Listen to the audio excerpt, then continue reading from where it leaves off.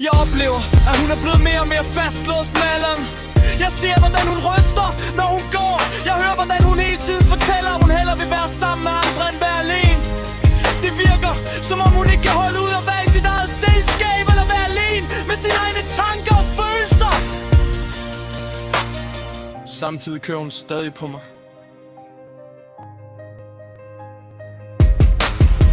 Jeg har nærmest været hendes sagsbehandler hele mit liv. Jeg har lyttet, støttet og prøvet at hjælpe, uden nogensinde at møde den samme omsorg tilbage. Jeg har hørt hende tale grimt om min søstre og om andre mennesker.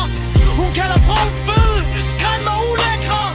For mig siger det mere om hendes egen usiger her, end om de menneskerne hun taler om. Jeg har prøvet at opfordre hende til at søge hjælp, ligesom hun altid mente, at det var mig, der var noget galt med. Men hun har aldrig ønsket at tage ansvar for sig selv. Jeg fik at vide, at jeg havde en skrue løs, men det var hende og min far, der opdragede mig. Man bliver præget af det miljø, man vokser op i. Forskellen er, at jeg har valgt at tage ansvar. Jeg har søgt terapi. Jeg har brugt utallige timer på at forstå mig selv og arbejde med mine mønstre, selvom det aldrig var mig, der skabte dem.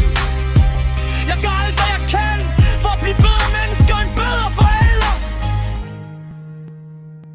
Min mor har aldrig gjort det samme. Hun har stresset mig gennem hele mit liv. Hun har igen og igen talt om døden og om, hvornår hun skulle dø.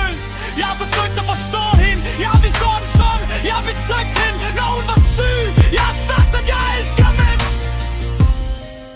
Hvad gjorde hun? Hun lukkede ned. Hun ignorerede mig. Hun satte mig på lydløs. Det værste, at man næsten ikke må sige til hende, at man elsker hende, fordi hun trækker sig væk. Hun har levet hele sit liv som et offer uden at tage ansvar. Hvor mange gange har jeg ikke hørt hende sige, jeg er som jeg er. Jeg kan ikke lave om på mig selv. Det gør ondt, fordi jeg ved, hvor meget hun har såret mig. Selvom jeg tager ansvar for mit eget liv, forsvinder minderne ikke. Tankerne sidder stadig i min krop. Følelserne er der stadig. Men jeg kæmper hver eneste dag for at blive en bedre forælder, end jeg selv havde. Det kan ingen tage fra mig. Jeg ved, at sådan bagtaler mig over for familien. Jeg ved, at hun fortæller historier om mig, men jeg prøver at minde mig selv om, at når hun gør mærkelige ting, når hun ikke respekterer mine grænser, når hun ikke respekterer mine holdninger,